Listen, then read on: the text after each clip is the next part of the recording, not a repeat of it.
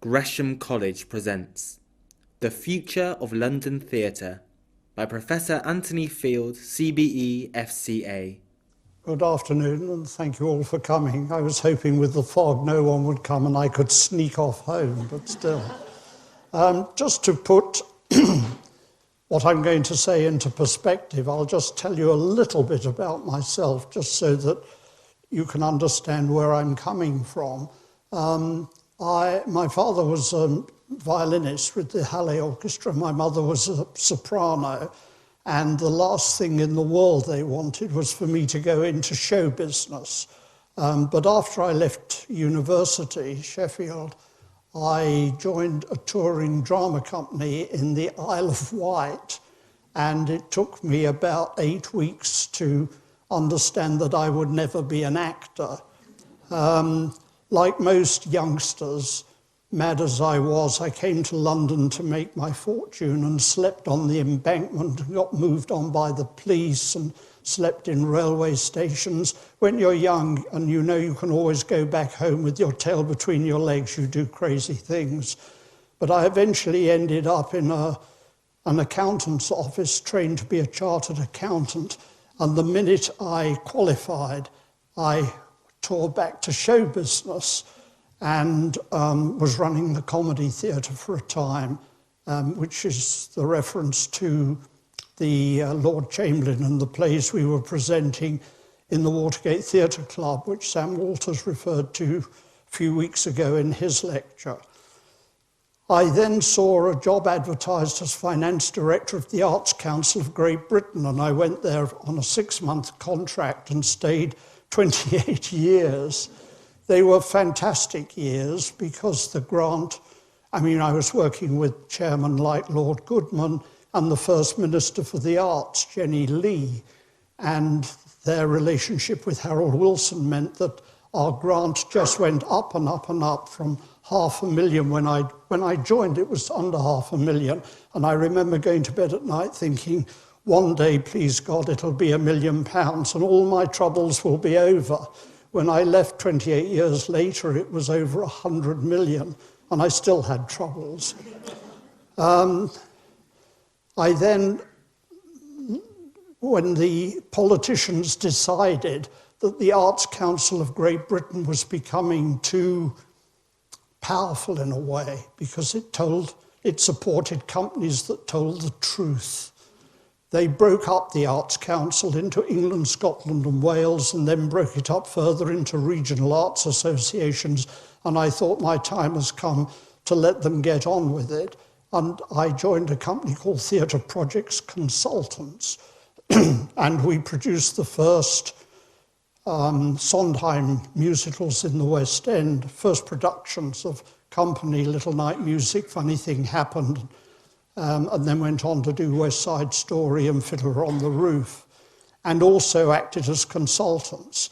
And when I retired from Theatre Projects, I decided to get back to the coalface and produce our own shows. So with John Corsbrook, who's here with me today, we set up my company, which is now producing, co-producing shows, investing in shows, and acting as consultants to arts buildings all over the world, opera houses, concert halls, refurbishment of theatres, etc. Which brings me, that just sets it into context, and it brings me to today.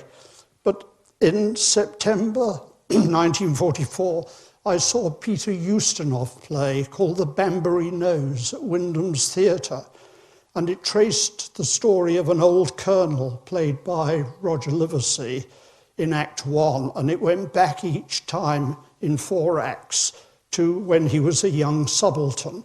And the caption in the programme recorded that life must be lived forwards, but can only be understood backwards. Thus, my view of the future of London theatre should be indicated by looking back over my experience in the theatre over the past 70 years,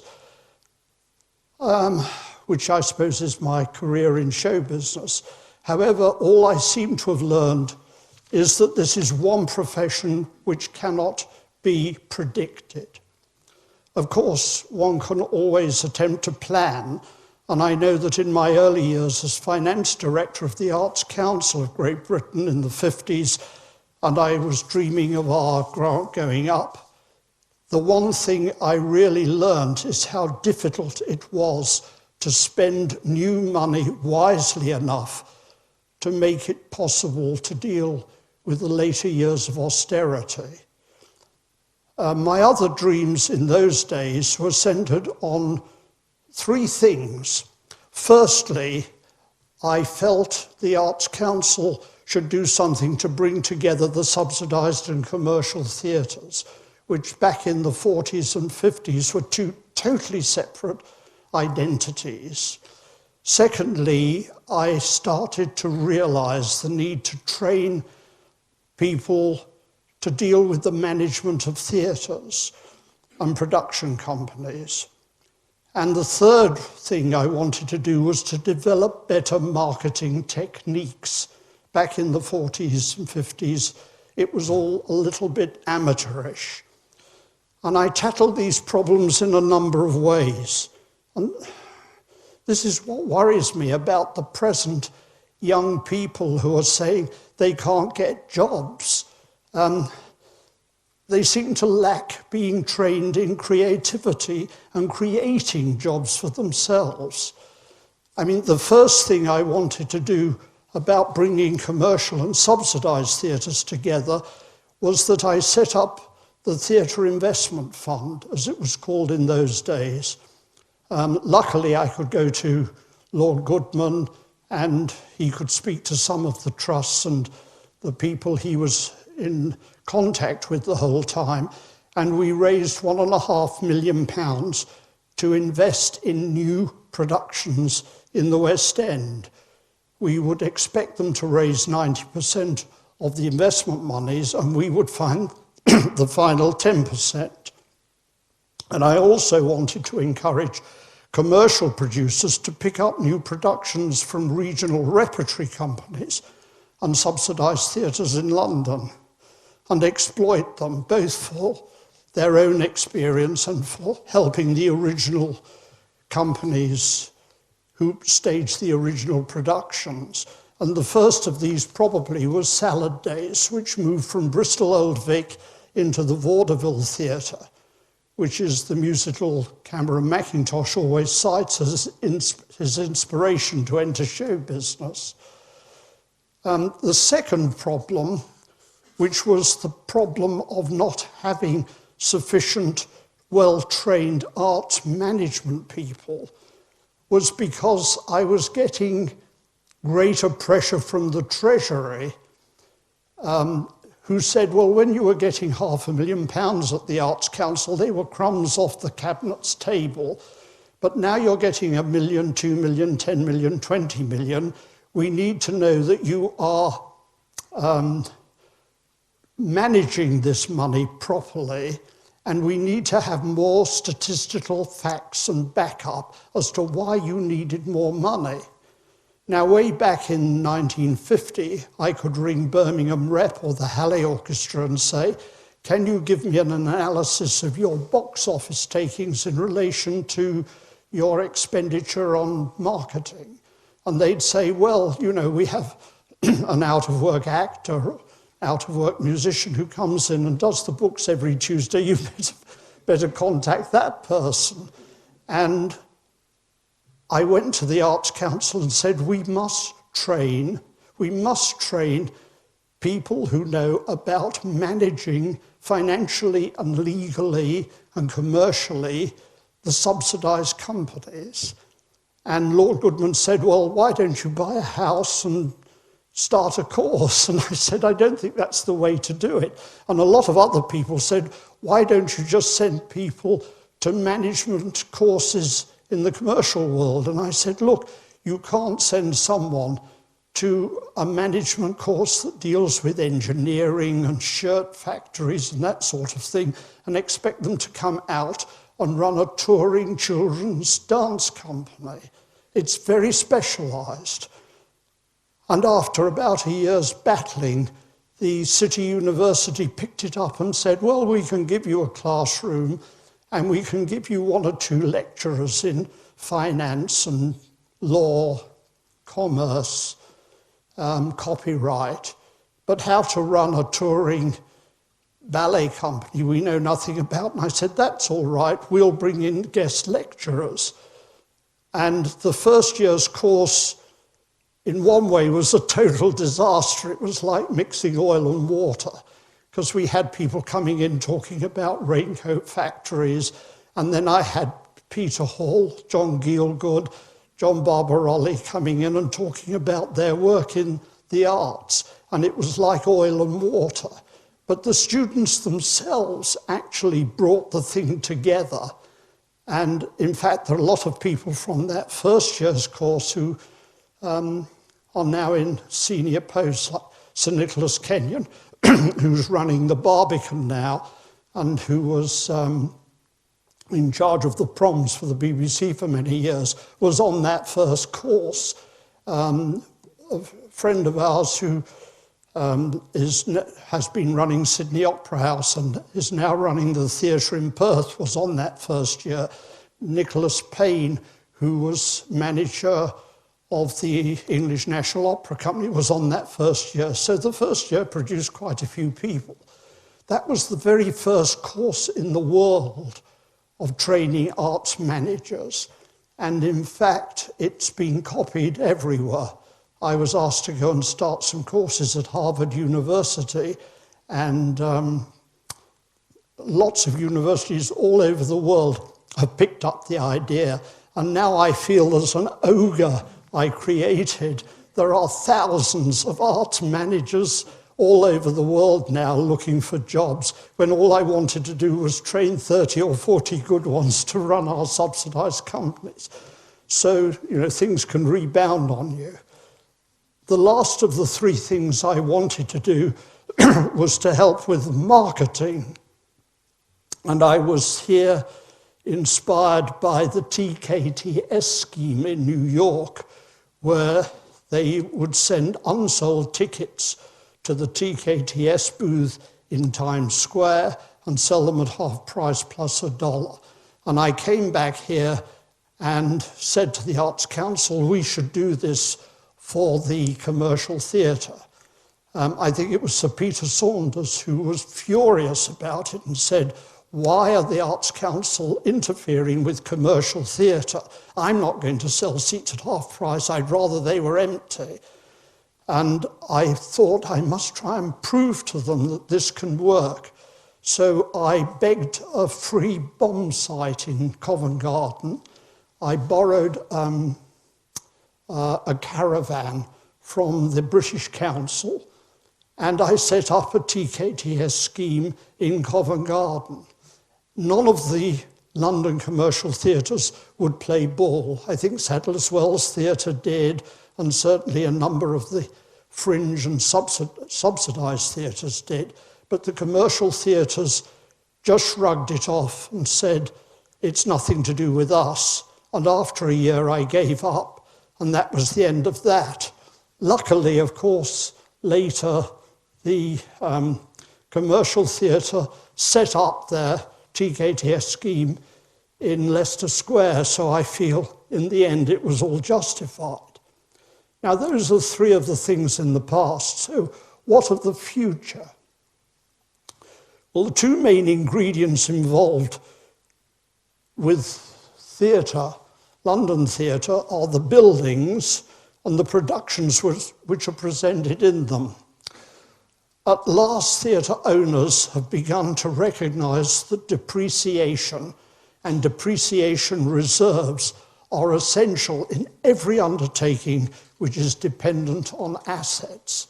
I'm absolutely amazed that it's taken so long for what I thought was a simple principle I learnt the first week of being trained as a chartered accountant, has slowly got through to theatres. And in fact, it's not just theatres. The water board, various utilities are all sort of suddenly realising that the Victorian water mains or the gas and electricity equipment all should be depreciated every year before they distribute profits, and in fact create depreciation reserves to replace these assets before they distribute profits. It is not fair that present consumers should have to pay for what past consumers have used and utilised. And so many of the present theatres are now, as you probably realise when you get your ticket, have a little levy on which they've been raising money and spending on their buildings. We must accept that the public taste for theatre going is changing over the years. There is an increased tendency for new audiences to seek unique types of venues and not be confined to the array of 40 or so major West End houses.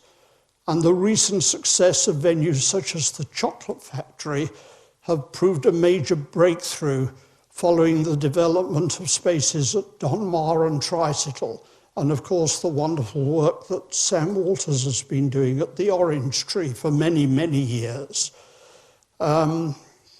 This again brings me to why I feel there's a lot of people who feel, young people who are seeking jobs, either just apply for jobs and don't get them, and 2 years later they're still writing letters applying for jobs, or they sit back waiting to be offered something, where they seem to lack being trained in creatively thinking, what are the problems that need to be resolved? What are the things I'm interested in? How am I going to tackle it? Who can I talk to? And actually create something. It was David Babani who came to us as a 19-year-old would-be producer saying, I think I'd like to be a producer. Is there a book on it? And I said, well, no one's written a book on it. There are one or two books, American books, which say how to produce plays and musicals. They are largely interviews with producers, so that when you read them at the end of it, you realise no two producers work in the same way. And in fact, no two productions work in the same way. They're all conceived and come about in very different ways. So David went away and said, well, I'm going to try and do one or two productions, and we found some money to help him. And after 2 or 3 years, he came back and said, I don't think I'm making a go of being a producer. I don't know what I should do. And I said, well, David, if I were 50 years younger, I think what I'd like to do is I'd go to one of the large international commercial companies like Shell or Unilever, and I'd say, you've got some empty properties on the South Bank which you're waiting to develop, and it might take 2 or 3 years before you get planning permission. Why don't you give me one of your empty warehouses, and I'll beg for some seating from an old cinema, I'll get some sound equipment or lighting equipment from Theatre Projects or Strand Electric, and I'll install a theatre for, say, 6 months and do 2 or 3 plays, and then I'll get out. And in fact, Shell, if you gave us that building, would be that would be their contribution to the arts for the year, just making the building available. And David went away, and about 6 months later came back and said, I've taken your advice. And I thought, oh God, there's nothing worse than someone taking advice. He said, I've got an old chocolate factory. And a chocolate factory? Yes, and I'm turning it into a theatre, which he has done. And we introduced him to a number of people, including Stephen Sondheim. He's done the most fantastic work at the Chocolate Factory with a very successful restaurant and a gallery upstairs, all, just creative out of an old chocolate factory. So one of the problems we have to face for the future is that we have lost an enormous number of venues. I mean, I can't list them all just at the moment, but small theatre places like the New Lindsay and the Boltons and the Irving Theatre, and these venues were available for young producers to put shows on. Now, we have got a number of very good fringe venues, obviously. We have the Orange Tree and Donmar and Tricycle and that, but most of them, all of them in fact, are run by artistic directors with their own programs. So it's very difficult for a new young producer to come along and say, I'd like the theatre for 6 weeks to put on a new play, because the artistic director of Donmar says, well, my program's booked for the next year and these are things I want to do. So in New York, they've got not just off-Broadway theatres, but off-Broadway theatres and off-Broadway theatres now.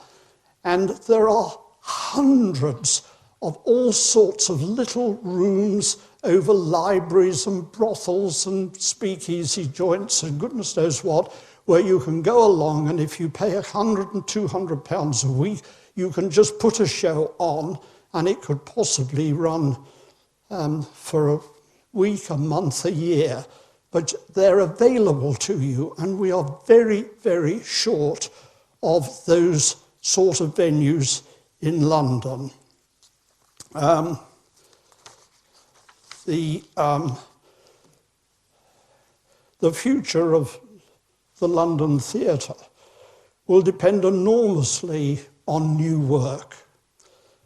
I can only continue to urge the Arts Council of Great Britain to spend as much money on creating new work as possible. I do not believe myself it's up to the Arts Council to go into what I would call social work. If prisons think they want to hang pictures on their walls or do some amateur productions or bring in things, they should pay to bring them in. It's part of the prison service. If the hospitals think that hanging pictures on walls are a good thing, they should pay the new Tate or whatever to bring the pictures in. If schools want theatre, they should pay for it. It's not up to the Arts Council to provide those services. It's up to the Arts Council to spend money on new plays. I mean, I went down the list a few weeks ago of plays on in London in, I think, 1950, and there was something like 30 new plays on in the West End. I went down the list yesterday, and I had great trouble finding 1 or 2 new plays in the West End. There's a play, Our Boys at the Duchess. There's a play from admittedly a transfer from the Royal Court to the Duke of York's. But we've got 40 West End theatres with hardly a new play on, and that is a disgrace. And I think that has to be corrected if possible. And it's important for London theatres to continue to impress the Treasury with the fact that the entertainment and cultural industry is not only a good investment, but it's an investment that brings money back quicker than they can do in any other sphere. They get money. I remember years ago doing a statistical analysis for the Treasury and proved to them that for every £1 million they gave the Arts Council, they got £3 million back. They got it on VAT, on theatre tickets, on profits from shows that went to America and Russia and all over the world. They got the ancillary activities such as shops, hotels, transport, and more than anything, they helped create an environment and a quality of life. I mean, when I first went to the Arts Council, the argument with the Treasury was it will improve the quality of life if you spend money on the arts. After a few years, the Treasury then needed convincing statistically that it was a good investment. And in fact, recently, there's been an analysis by Gateshead and Newcastle to see how much money the local authority has derived from having invested in the Sage Centre there. And they came to me and said, "You are absolutely wrong. You said years ago that the Treasury got £3 back for every pound they spent on the arts. We reckon we've had £7 back for every pound we've spent on the arts, on the Sage Centre particularly, the money that's gone into that area of the country." The other thing, of course, the arts does is create an environment in which commerce and industry can benefit. There's hardly a newspaper, magazine, a radio program, a television program, a CD or DVD that doesn't benefit from people who've been trained in subsidised theatres, subsidised orchestras, subsidised jazz concerts. They all benefit from it. But what is more, the whole arts environment brushes off into industry and commerce. I mean, why is it that in Italy they were able to create Olivetti typewriters, Lamberettas and things like that, if it wasn't because of the influence of artistic people on industry and commerce? I think it was in The Third Man, was it, that Orson Welles said, in thousands of years of conflict in Italy and Germany, we produced Puccini and Verdi and Wagner and all the great artists, and in 1,000 years of peace, Switzerland has produced a cuckoo clock. So it's important that the abrasive nature of the arts rubs off onto commerce and industry. One remains feeling slightly unsure when taking on a title like The Future of London Theatre, because in any other industry, you don't see the future, you make it. In show business, one rarely can plan for success. Otherwise, all producers would be millionaires. I've been chairman of the Liverpool Institute for Performing Arts that Paul McCartney started, and John and I are still on the board there. And a few months ago, I took Cameron McIntosh up to do a masterclass. Cameron's been very helpful with the Liverpool School, but hadn't done a masterclass. And he said, "I can't lecture. I can't stand up in front of students and talk to them."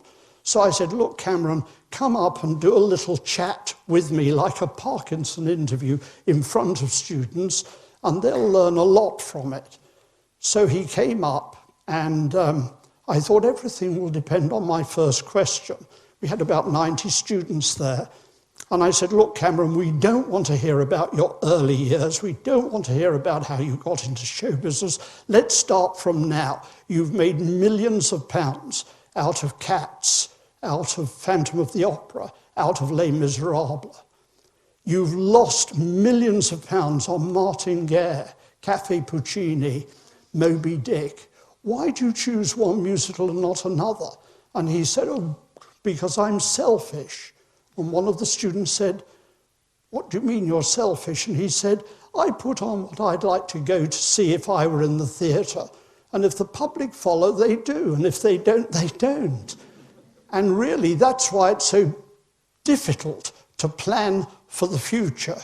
We ourselves put on shows which John always used the word passionate, that we're passionate about. If you read a play, and we get, I suppose, 20 or 30 scripts a week sent to us, and 2 or 3 musicals a month, 97% of them are rubbish and will never see the light of day. We read every one of them. By that I don't mean we read every word, but after the first 20, 30 pages, you know where you're going. And if you find a play that you really love, and I'll pass it to John and 1 or 2 friends, and they also say, yes, we should do that. If you start to negotiate to pick up the copyright, if you start to think about who could star in it, if you start to think about a possible director, a possible lighting designer, a possible designer, a possible theatre, if it runs for 6 months, it's taken a year of your life. Well, you know, I'm 84. I don't want to spend a year on a baby that I'm not passionate about. So you put on what you really want to see, as Cameron Mackintosh has said. In 1947, J.B. Priestley published an excellent book entitled Theatre Outlook, and it examined what he saw as the future of theatre in the UK for the following 50 years. In many ways, I read it again the other day, it's still relevant today. Priestley was convinced of the need to focus on creativity, which is still true. He was also resolute about the need to convince the Treasury of the great benefits to be reaped from the investments needed to allow the future of the arts and culture in our country to flourish. So the future has not changed much over the past 70 years.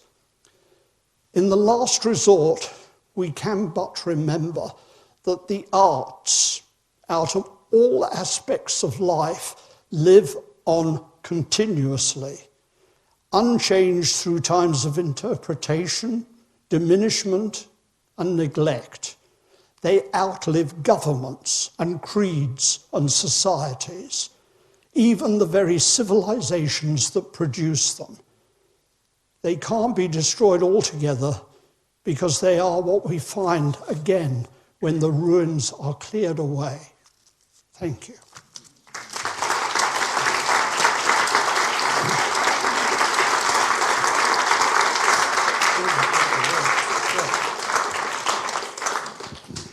Absolutely fascinating. I've only got 12 questions, so while I'm putting those in order, I think I'll call for questions from the audience. Please catch my eye and Lauren's. We do have an outside audience of about 50 times the number of people who come to our lectures, so we do need to have everything through the microphone. Sir. Hello, I first came to London in 1971, and at the West End Theatres was a different play for me every week to see. I lived abroad for many years, and since coming back, all the major theatres are clogged up with musicals. So if I want to see a play, I've got to go to Richmond or Bromley, or and then theatres like the Theatre Royal, Stratford East and Hackney Empire, they're beautiful theatres, but they're taken up with local community work. So really, I'm sunk. Any prospects of more plays? In London, and where do you go to see real plays? Well, first of all, the word musicals embraces a whole range of things. I mean, I would want to differentiate between new creative musicals that are really worthwhile, which have a good book and need nurturing. And I can tell you right away now, there's a musical called Once that is coming to the Phoenix Theatre next year, which we saw in New York and I thought must be seen here. So there are perhaps, yes, 6, 8 musicals really worthwhile in the West End out of 40 theatres. I agree entirely that there are too many musicals that I think are just codged together. They're often done by, dare I say, of my colleagues, producers, who just think they can make money out of doing yet another hodgepodge of songs, slung them together with no book or proper story. And there are too many of those in the West End, and it's very sad that the owners of theatres, and in fact producers, are finding it very difficult to find enough investment monies to chance more plays in the West End. We'd certainly like to do it. A lot of them are available in fringe theatres, a lot of them are available in regional theatres, and we really need more funds to enable us to bring those in. The cost of doing a show now is enormous. I mean, even a play with a simple cast of 6 or 7 at a smallish theatre in the West End can cost anything from £250,000 to £500,000. And to raise that sort of risk capital is very difficult. I think it's a great pity because we need to convince commerce and industry that that sort of risk capital is better than giving money by way of charitable donations. And I think it's a pity that a lot of large theatres go for charitable donations instead of investment that they could invite. Now, for example, I think it would be very much better for the whole arts and creative industries to go to the major international companies and say, instead of giving money by way of donation or even investing, why don't you in fact give money to the creation of new work? When you think that Ricordi paid for the wine and bread of Puccini while he was writing in the early 1900s, Madame Butterfly, La Bohème, and Turandot. And now, 100 years later, you cannot see any of Puccini operas anywhere in the world without underneath it says, by arrangement with Ricordi and Sons. They're still getting advertisements 100 years later. If Shell had given £1,000 to support Look Back in Anger, they would still have the name Shell attributed to them and benefit from that advertising. Instead of which, what does Shell do? They pay for a Saturday night Tchaikovsky concert at the festival hall because A, it's full, B, Tchaikovsky doesn't insult their shareholders, and C, they think it's a big success and their name dies at 10:30 that night. So we should encourage more investment in creativity. Fantastic. What's your view of theatre angels rather than sort of companies or corporate investors? Well, we encourage theatre angels. I think theatre angels of a whole range of people. There often are even students at Liverpool sometimes say to us, if we 10 of us club together, £10 each, and give you £100, can we put it into your next, calendar girls and get our money back and make a small profit? Or we put it into something that is a total disaster and we lose it, but it's good experience for them. They get weekly figures to look at. They get involved in show business and that. And of course, angels don't just put in £100, they put in, one hopes, 1,000 or 5,000 or 100,000. And they're able to go out and dine and say, what do you know? We've invested in calendar. We keep talking about calendar girls. Sorry, all right.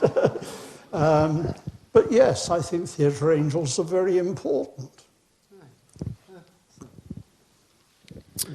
Yes, Professor Field, I just wonder how dependent the London Theatre is and will remain to tourists, and how many of the London theatres are economically or profitable, are viable commercially? We usually expect, if we put on a new play, which is successful, for London audiences, and this is very broad statistics, to keep that play going for perhaps 6 or 8 weeks. If you don't after that start to pick up tourists, you might find, unless it is an absolute smash hit, your audiences are dwindling.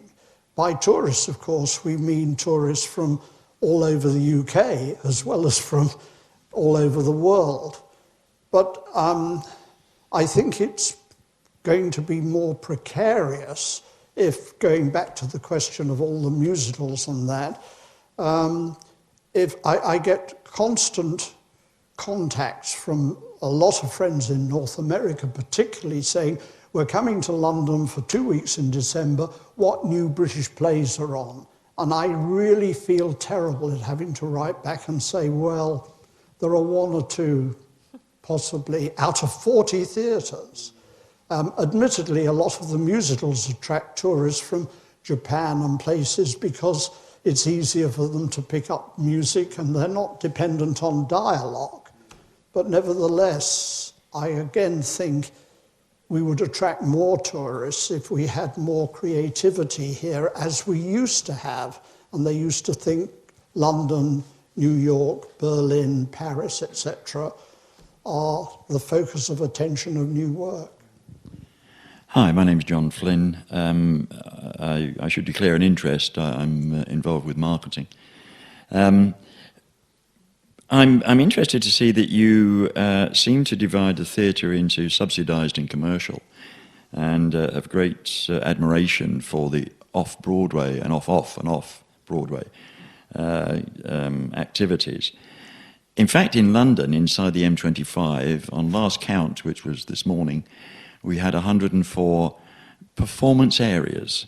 They range from full theatres through to, well, in fact, one was at recently under Platform 1 at London Bridge Station, which is, of course, is the Southwark Playhouse. That particular theatre, a couple of weeks ago, ran a musical, hate to say that, called Mac and Mabel, which got 5-star ratings from all the major papers. We've got enormous creativity in the London and surrounding theatres. The thing that I think is lacking is management ability. If you can get a show from under London Bridge to hit the main newspapers and get phenomenal ratings, and yet can, as I also know, can lose half your investment in a West End musical that won 3 Oliviers, which meant investors losing £1.5 million, then creativity isn't the problem. We're awash with it. It's management ability and the ability to run the theatre as a business rather than as an enthusiast. I'm not quite certain about the central core question here. Yes, I know about Mac and Mabel and how successful it was. That, of course, was a revival. It's been done a number of times in New York and in London. So from a creative point of view, there's nothing new in that. It is a great problem when you do a production in a place like Southwark Playhouse or Donmar or the Orange Tree to talk about exploiting it, because taking it into even a small West End theatre like the Duke of York's or the Duchess possibly needs a great deal of adaptation of the actual production. So something that you might put on at Southwark Playhouse for £50,000 could cost you £500,000 to move into a bigger theatre. One really ought to encourage more exploitation of that sort of success.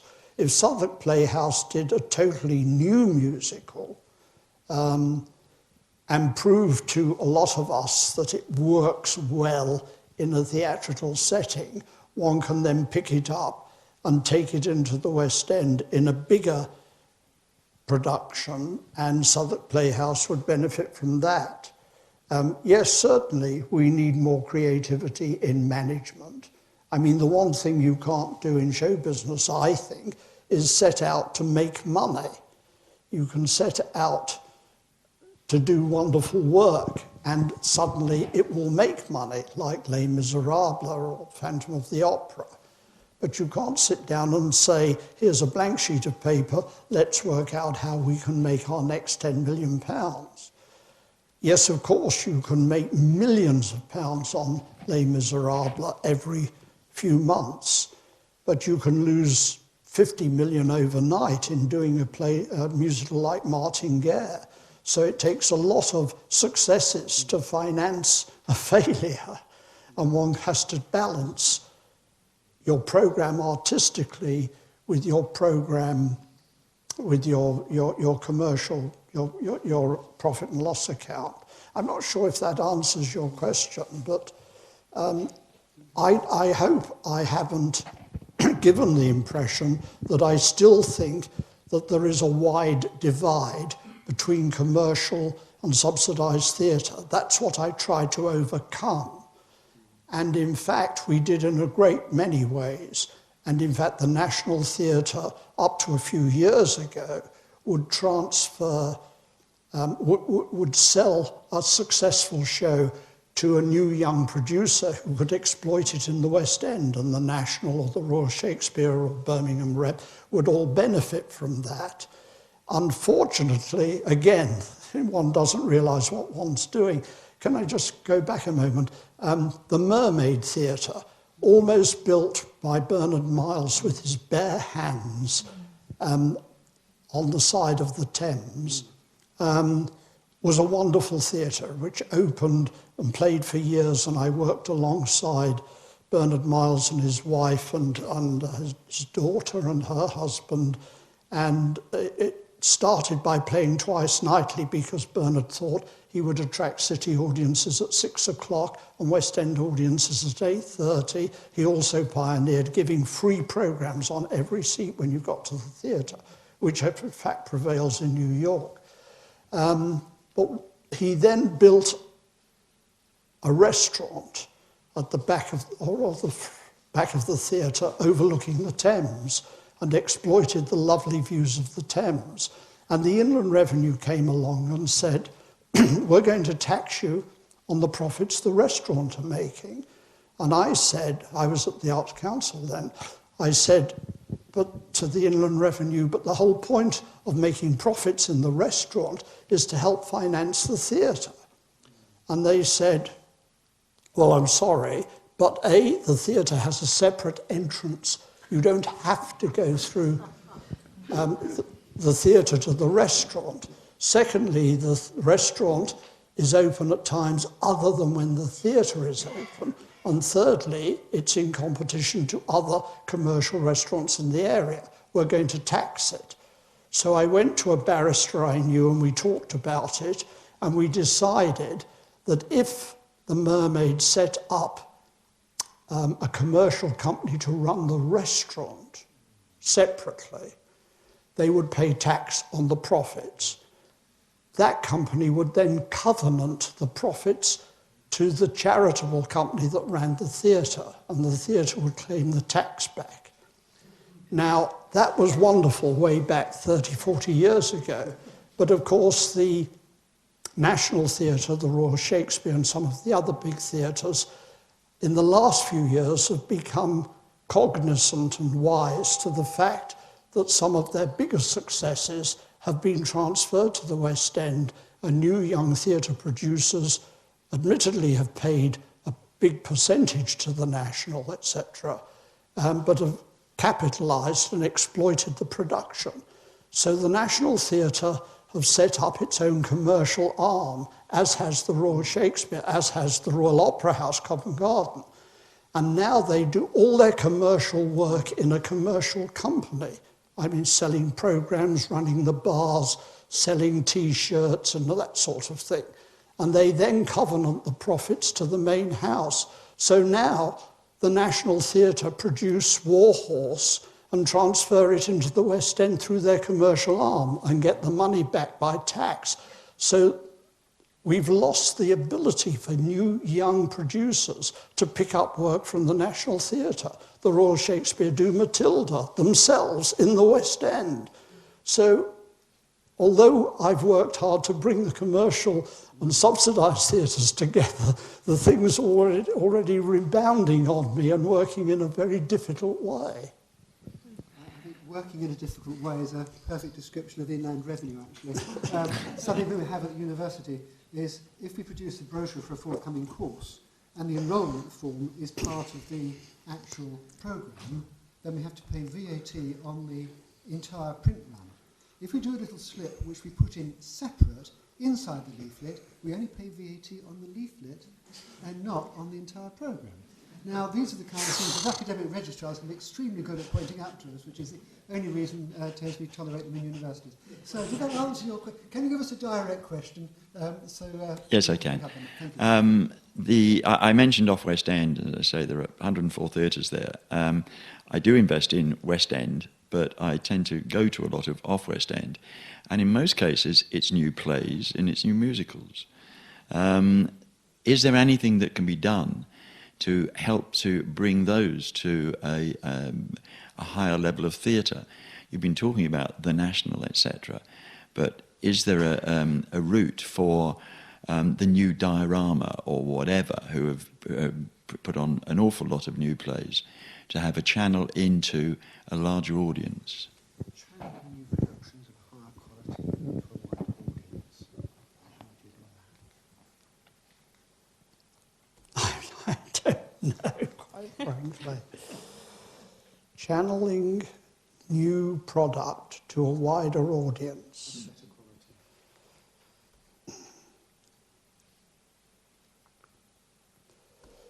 I don't know. I can only go back to the fact that every production is totally different.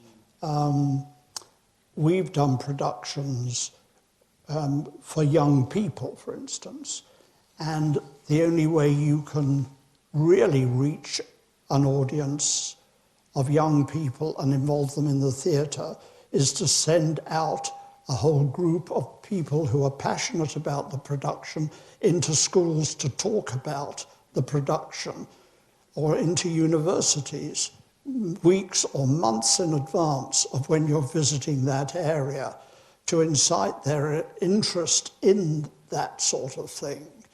I don't myself have much faith in taking productions into schools or into universities. I think it's important to bring the audience to the theatre and experience it in that way. I was lucky I had parents who started taking me to the theatre. I think my first visit was to Madame Butterfly in 1934 in Margate, and they took me regularly to the theatre, so it was part of my life to go once a week to the theatre.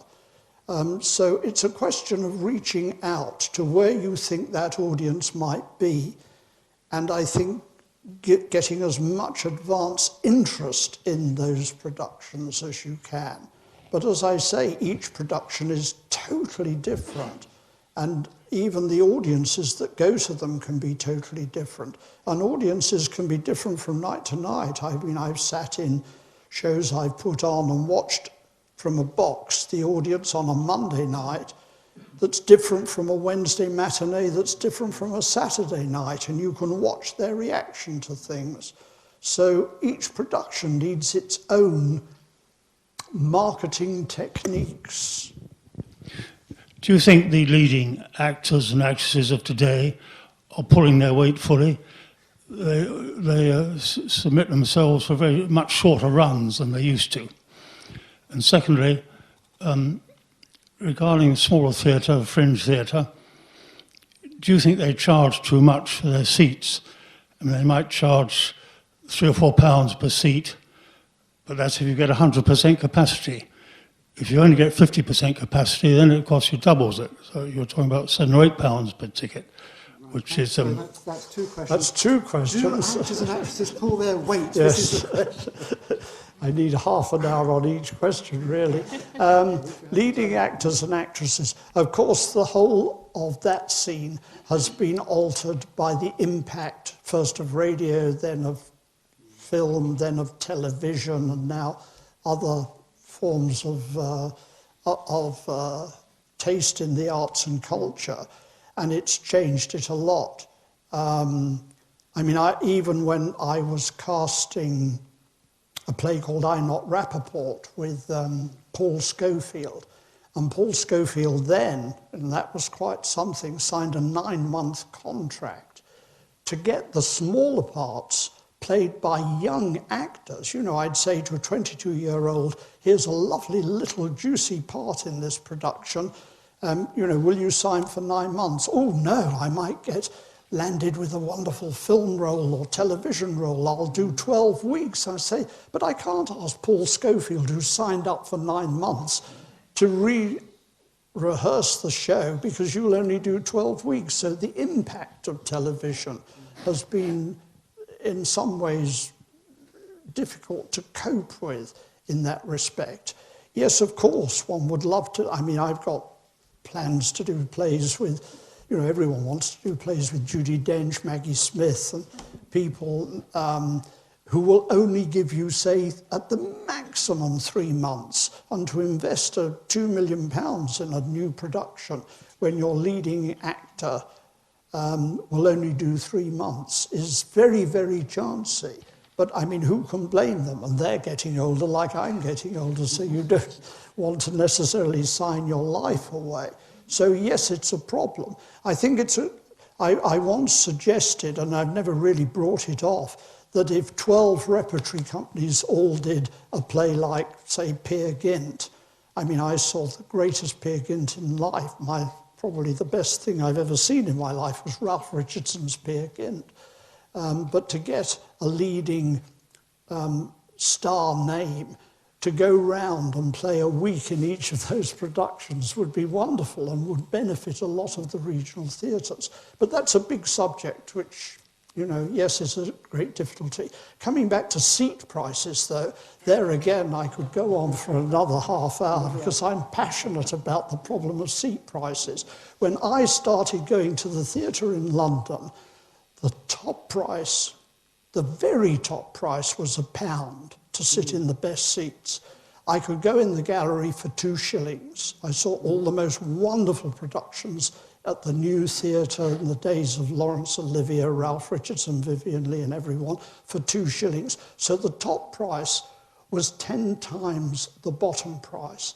When I slowly began earning money and I could qualify financially to move down from the gallery to the upper circle and then to the circle and then to the stalls, they were big steps in my life. Nowadays, you can have a top price of £50 for a play and a bottom price right up at the top of 25. So the top price is only twice, not 10 times, what the bottom price is.